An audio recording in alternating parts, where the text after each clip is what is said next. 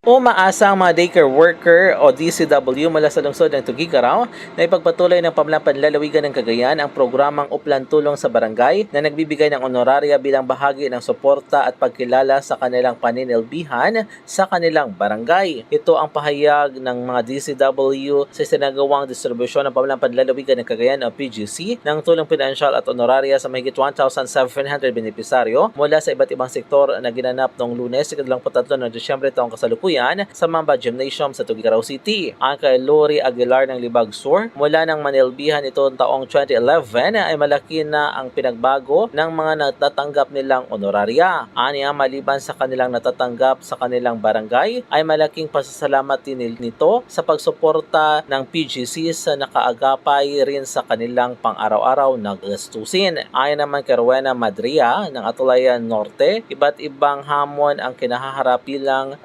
mga manggagawa, ngunit dahil sa pagmamahal at dedikasyon ay patuloy silang nagseserbisyo para sa kabutihan ng kanilang barangay. Masaya rin aniya ito sa suportang binibigay ni Gob Mamba dahil mula ng manungkulan siya bilang ama ng lalawigan ay patuloy rin silang nakakatanggap ng suporta mula sa pamahalang panlalawigan ng Cagayan. Maliban sa mga daycare worker, tumanggap din ang mga ng benepisaryo na kinabibilangan ng mga barangay health worker o BHW, Barangay Nutrition Scholars o BNS, at mga barangay tanod mula sa lungsod ng Tuguegarao. Nanindigan naman si Governor Manuel Mamba na patuloy na maghahatid ng serbisyo ang pamahalang panlalawigan ng Cagayan sa bawat barangay para sa tuluyang pagbabago ng probinsya. Kaugnay rito, hinimok ng gobernador ang lahat ng mga benepisaryo na paigtingin at isapuso ang kanilang pagsiserbisyo upang sama-samang maisulong ang patuloy na progreso at pagbabago sa lalawigan. Samantala, ipinamahagi ng PGC ang tulong pinansyal ng mahigit 1,000 pesos na benepisaryo ng mga miyembro ng Pantawid Pamilya Pilipino Program o 4Ps sa mga bayan ng Gataran at Lalu. Katuwang ng ama ng lalawigan sa pamamahagi ang mga opisina ng Provincial Treasury, Provincial Social Welfare and Development, Provincial Health Office at Provincial Office for People Empowerment o POPE. Mula dito sa Cagayan, MJ de la Cruz para sa Radyo Alternatibo, Balita Nationwide.